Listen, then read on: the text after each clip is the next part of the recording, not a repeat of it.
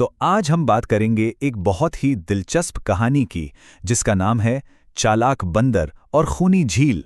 ये कहानी सिर्फ एक बंदर की नहीं है, बल्कि एक ऐसे गहरे रहस्य की है जिसने पूरे के पूरे जंगल को अपने खौफ में जकड़ रखा था।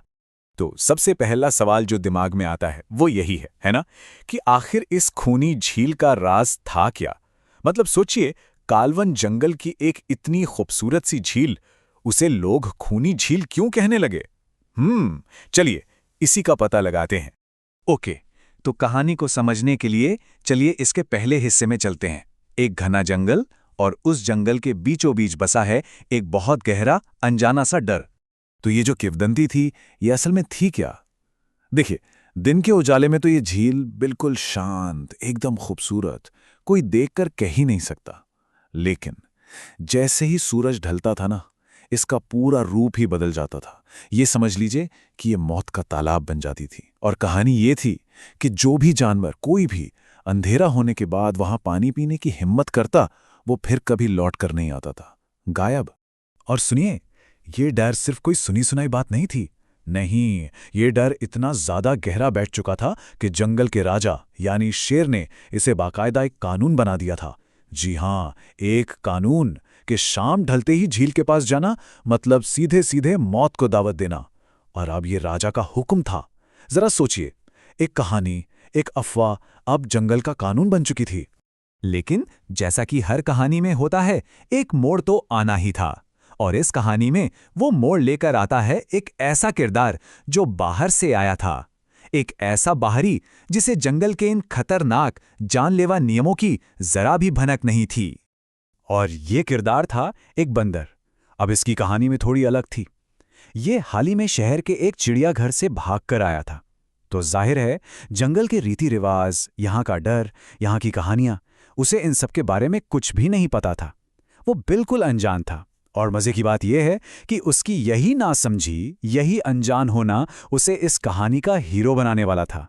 तो होता क्या है, एक शाम घूमते घूमते वो उसी खूबसूरत झील के किनारे पहुंच गया। अब बेचारे को क्या पता था कि वो कहां आ गया है। जैसे ही उसने ठंडा ठंडा पानी पीने के लिए अपना मुंह आगे बढ़ाया, चारों तरफ से जानवरों की डरी हुई चीखें सुनाई दी। सब चिल्ला रहे थे, रुको, अरे रुको, ये खूनी झील है। सबने उसे खबरदार किया।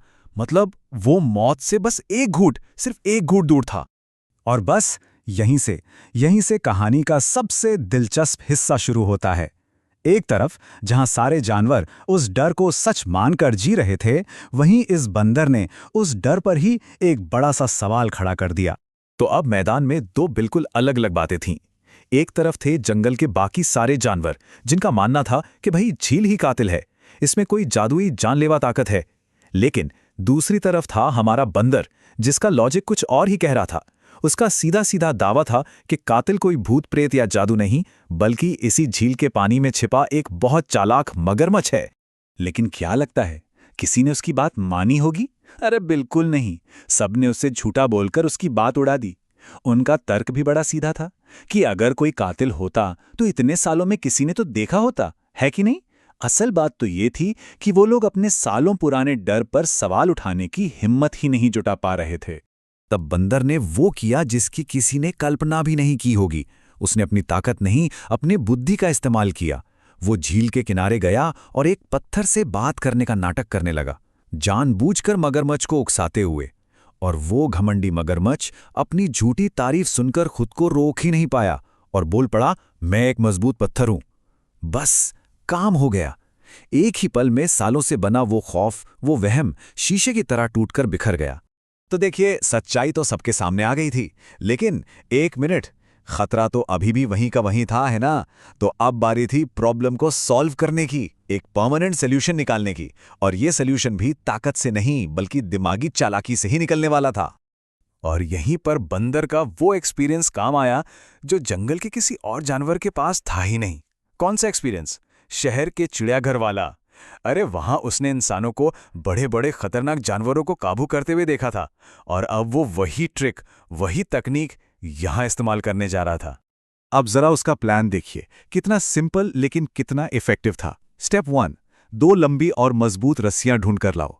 स्टेप 2, उन रस्सियों से एक बड़ा सा फंदा बनाओ और उसे पानी में छिपा दो। स्टेप 3, मगरमच्छ को किसी तरह फुसलाकर उस फंदे की तरफ लेकर आओ।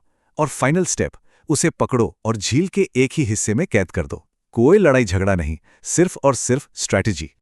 और क्या लगता है, प्लान ने एकदम परफेक्ट काम किया। जैसे ही मगरमच्छ उस फंदे में फंसा, वो अपनी पूरी ताकत लगाकर छटपटाने लगा बाहर निकलने के लिए। लेकिन कमाल की बात यह थी कि उसकी यही ताकत उसकी दुश्मन बन गई। वो जितना ज्यादा जोर लगाता, फंदा उतना ही और कसता चला जाता। तो कहानी का एंड तो अच्छा हुआ, ये तो हम सब जान गए, लेकिन इस पूरी कहानी से हमें सीखने को क्या मिलता है? इसका असली सबक क्या है? चलिए अब जरा उस पर भी बात कर लेते हैं। जैसे ही मगरमच्छ झील के एक कोने में कैद हुआ, जो खूनी झील थी, वो फिर से सबके लिए एक जिंदगी देने वाली झील बन गई। मतलब जंगल की जो सबसे बड़ी प्रॉब्लम थी, वो सॉल्व हो चुकी थी। अब चाहे दिन हो या रात, कोई भी जानवर बिना डरे आराम से पानी पी सकता था। और यही इस पूरी कहानी का असली मतलब है।